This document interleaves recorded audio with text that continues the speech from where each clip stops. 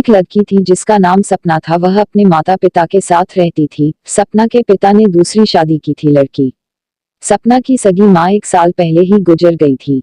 सपना को बाहर खेलने को बहुत पसंद था। वह जब भी बाहर खेलने को जाती तो उसकी सौतेली माँ उस पर बहुत चिल्लाती थी।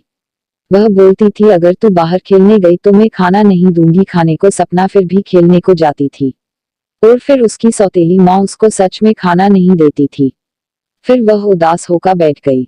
जब सपना के पिताजी घर पर आकर सपना को से उदास देखते हैं तो पूछते हैं कि क्या हुआ। फिर सपना अपने पापा को बोलती है कि मेरी पहली वाली माँ बहुत झूठी थी, ये वाली माँ तो सच बोलती है। ये सुनकर सपना के पिता ने गुस्से से पूछा, तुम सा क्यों बोल रही हो। फिर सपना बताती है कि पिताजी, पहले जब मेरी पहले वाली माँ थी तब मैं जब खेलने जाती थी तब वह माँ मुझे बोलती थी कि तू बाहर खेलने गई कि मैं खाना नहीं दूंगी खाने को, और फिर भी वह मुझे खाना देती थी। और ये वाली माँ जब मुझे बोलती है कि अगर तुम खेलने गई तो खाना नहीं दूंगी खाने को, तो वह सच में मुझे खाना नहीं देती है। ये बात सुनकर सपना के पापा के आंखों में आंसू आ गए और उसकी सौतेली माँ को भी पछतावा हुआ और वह उसके साथ अच्छा बर्ताव करने लगी और सब खुशी से रहने लगे।